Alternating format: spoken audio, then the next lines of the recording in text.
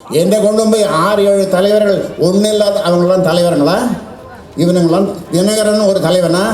ரெட்டை இலையோ சூரியனோ நீங்கள் ஓட்டு போட்டிங்கன்னா அதை விட உங்கள் வீட்டில் எரிகிற கொள்ளிக்கட்டை எடுத்து உங்கள் தலையில் சொரிஞ்சுங்க.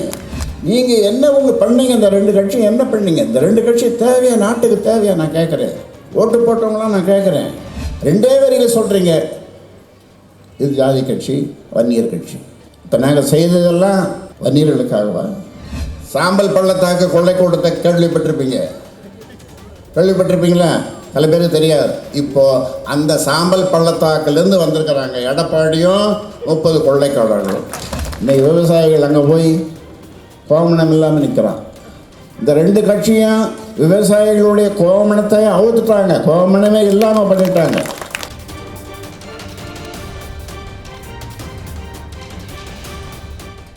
இந்த 2 கட்சியும் அப்புறப்படுத்துங்க.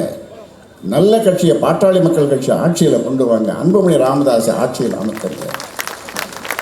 வாங்க, படித்தவங்க வாங்க, விவாதம் பண்ணுங்க, பேசுங்க, ஒவ்வொருத்தரும் பேசுங்க. எங்கே வேணாலும் பேசுறது அன்புமணி தயாராக இருக்கார். நாங்கள் தயாராக இருக்கிறோம். சும்மா சொல்லிட்டு ஜாதி கட்சி வன்னியர் கட்சின்னு சொல்லிட்டு பண்ணாதீங்க. இந்த பத்திரிகை ஊடகங்கள் நீங்கள் இந்த தப்பை பண்ணாதீங்க. இனி தப்பை பண்ணாதீங்க. என்னை கொண்டு போய் 6-7 தலைவர்கள் ஒன்றும் இல்லாத அவங்களாம் தலைவருங்களா? இவனுங்களாம் தினகரன் ஒரு தலைவனா? அவன் பக்கத்தை அவனை போட்டுட்டு என்னை கடைசியில் கொண்டு போய் போகிறோம் பத்திரிகையில். என் படத்தையும் போடாதீங்க, என் மூஞ்சே போடாதீங்க. எதுக்கு போட்டு அசிங்கப்படுத்துறீங்க ஊடகங்கள்? இனி ஊடகங்கள் திருந்துங்க. இப்போ 10 வருஷமாக நாங்கள் விவசாயிகளுக்காக பட்ஜெட் போட்டிருக்கிறோம். நீங்கள் என்ன பண்ணீங்க? இந்த 2 கட்சியும் என்ன பண்ணீங்க? இந்த 2 கட்சி தேவையா? நாட்டுக்கு தேவையா? நான் கேட்குறேன். ஓட்டு போட்டவங்களாம் நான் கேட்குறேன். இப்போவாது மாறுங்க, படித்தவங்க மாறுங்க. 2 வரியில் சொல்கிறீங்க, இது ஜாதி கட்சி, வன்னியர் கட்சி. இப்போ நாங்கள் செய்ததெல்லாம் வன்னியர்களுக்காகவா? ஒரு ஜாதிக்காகவா? எத்தனை பண்ணியிருக்கிறோம். இந்த மது ஒழிப்பதுக்காக பாலு பண்ணார், இப்போ செய்தார், எல்லாம் பேசுனாங்களே, இவ்வளோவும் பேசுனாங்களே, இதெல்லாம் யாருக்கு? வன்னியர்கள் மட்டுமா?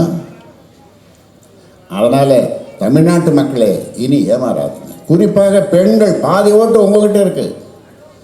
இந்த ஒரு பிரச்சனைக்காக ஒட்டுமொத்த பெண்களும் நீங்கள் இனிமே மாம்பழத்துக்கு தான் ஓட்டு போடணும். வேறு எந்த ரெட்டை இலையோ சூரியனோ நீங்கள் ஓட்டு போட்டிங்கன்னா அதை விட உங்கள் வீட்டில் எரிகிற கொள்ளிக்கட்டை எடுத்து உங்கள் தலையில் சொரிஞ்சுங்க. ரஜினி சொல்கிற மாதிரி இனிமே உங்களை பெண்களை காப்பாற்ற ஆண்டவனாலும் முடியாது. சாம்பல் பள்ளத்தாக்கு கொள்ளை கூட்டத்தை கேள்விப்பட்டிருப்பீங்களா? சில பேர் தெரியாது. இப்போது அந்த சாம்பல் பள்ளத்தாக்குலேருந்து வந்திருக்கிறாங்க எடப்பாடியும் 30 கொள்ளைக்காரர்களும். இவங்க தள்ளுபடி ஒன்று கேள்விப்பட்டிருக்கீங்க. ஊழலில் தவணை முறை, அப்புறம் டோர் டெலிவரி. இதெல்லாம் நாளைக்கு தான் பேசணும், நேரம் இல்லை. நாளைக்கு தான் டோர் டெலிவரி. ஆமாம், இப்படி நிறைய செய்திகள் இருக்குது. தமிழ்நாடு இன்றைக்கி எல்லா நிலையிலும் சீரழிஞ்சு சின்னாபின்னமாக கிடக்குதுன்னா அதுக்கு இந்த 2 கட்சிகள் தான் காரணம். இந்த 2 கட்சிகளுக்கு மாறி மாறி ஓட்டு போட்டு, அதிலும் போன தேர்தலில் 2016 தேர்தலில் வாக்களித்த படித்தவர்களை கேட்கிறேன், நீங்கள் செய்தது நியாயம்தானா? 200-300க்கு ஆசைப்பட்டு வாக்களித்த பாமரர்களை விட்டுடுங்க. படித்தவர்கள் 50% இருக்கிறீங்களே, நீங்கள் அன்புமணிக்கு ஓட்டு போட்டிருக்கலாம்ல? அன்புமணியை முதலமைச்சராக தேர்ந்தெடுத்திருக்கலாம்ல?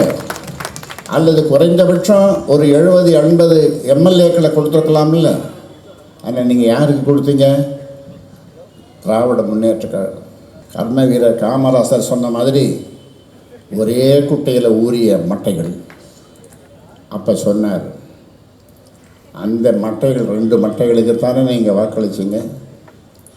இன்றைக்கி படித்தவர்கள் 50%, இளைஞர்கள் மற்றவர்களெல்லாம் ஓட்டு போட்டவர்களெல்லாம் கொஞ்சம் யோசித்து பார்த்துங்க. எப்படிப்பட்ட ஆட்சியாளர்கள் வந்திருக்காங்க. அண்ணா திராவிட முன்னேற்ற கழகம், அது மறைந்த முதலமைச்சர், அவர் எப்படியெல்லாம் இங்கே ஆட்சி பண்ணார். ஒரு சர்வாதிகார நாட்டில் ஒரு சர்வாதிகாரி எப்படியெல்லாம் செயல்பட முடியுமோ அப்படியெல்லாம் செயல்பட்டார். தேர்தல் நேரத்தில் வருவார், ஹெலிகாப்டரில் வருவார், ஹெலிபேட்டில் இறங்குவார், இவங்க மந்திரிகள்லாம் கீழே விழுந்து அதை கும்பிடுவாங்க.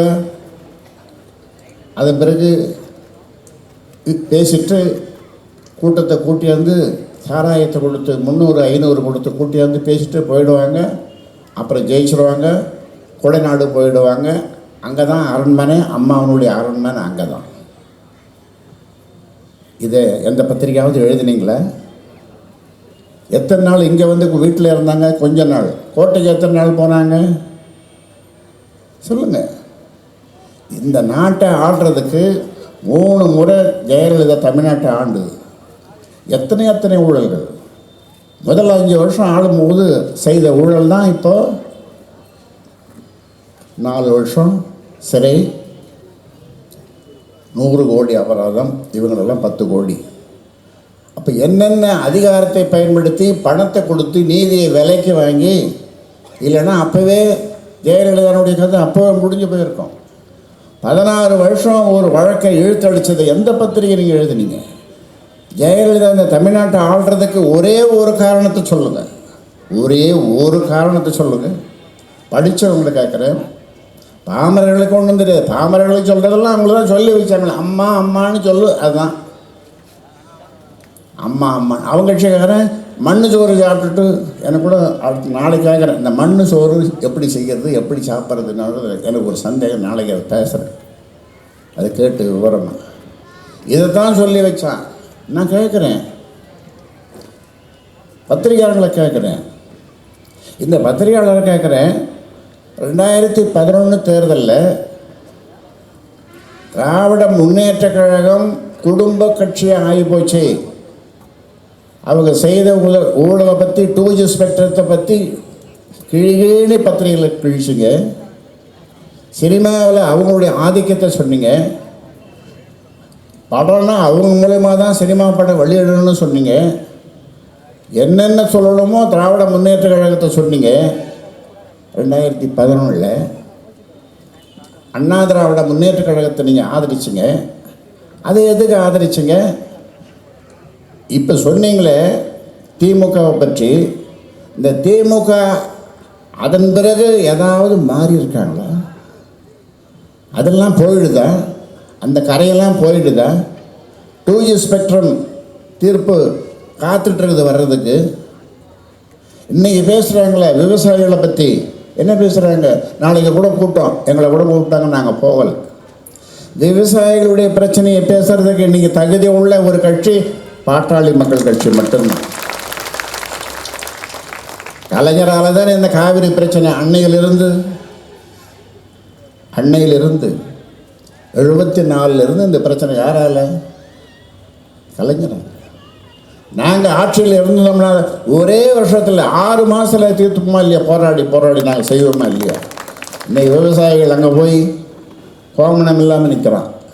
இந்த 2 கட்சியும் விவசாயிகளுடைய கோமணத்தை அவுத்துட்டாங்க, கோமணமே இல்லாமல் பண்ணிட்டாங்க. இது நமக்கு தெரிஞ்சது தான், தமிழ்நாட்டு மக்களுக்கு தெரிஞ்சது தான். இதை போய் கோமணம் இல்லாமல் அங்கே வேறு அசைங்க காட்டுறீங்க. இந்த விவசாயிகளை சொல்கிறேன்.